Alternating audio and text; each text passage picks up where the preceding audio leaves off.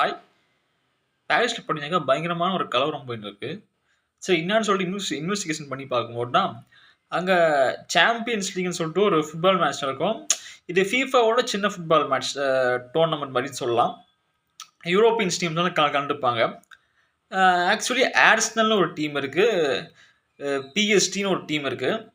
இந்த 2 டீமும் பார்த்தீங்கன்னாக்கா பெரிய டீம்ஸ் தான்.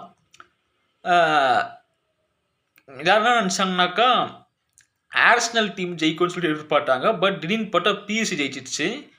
இது ஜெயிச்சு பார்த்தீங்கன்னாக்கா பாரிஸ் மொத்தமே ஒரு கலவரமாக போயிடுச்சுன்னு சொல்லி ஆகணும். எல்லா ஊர்லேயும் சில பேர் ஃபிரிஞ்ச் எலிமெண்ட்ஸ் இருக்குது. அதே மாதிரி அங்கேயும் ஃபிரிஞ்ச் எலிமெண்ட்ஸ் தான் அந்த வேலையெல்லாம் பார்க்குது.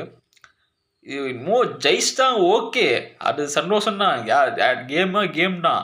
பட் இந்த மாதிரி ஒரு கலவரம் எதிர்பார்த்தீங்க கேட்டிருக்கா, அந்த மாதிரி கலவரம்லாம் எதிர்பார்க்கல. செம்ம கலவரம் நம்ம ஊர் அளவுக்குன்னு சொல்லலாம்.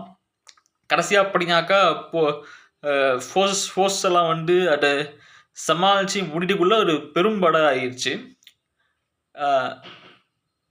That's all. தேங்க்யூ.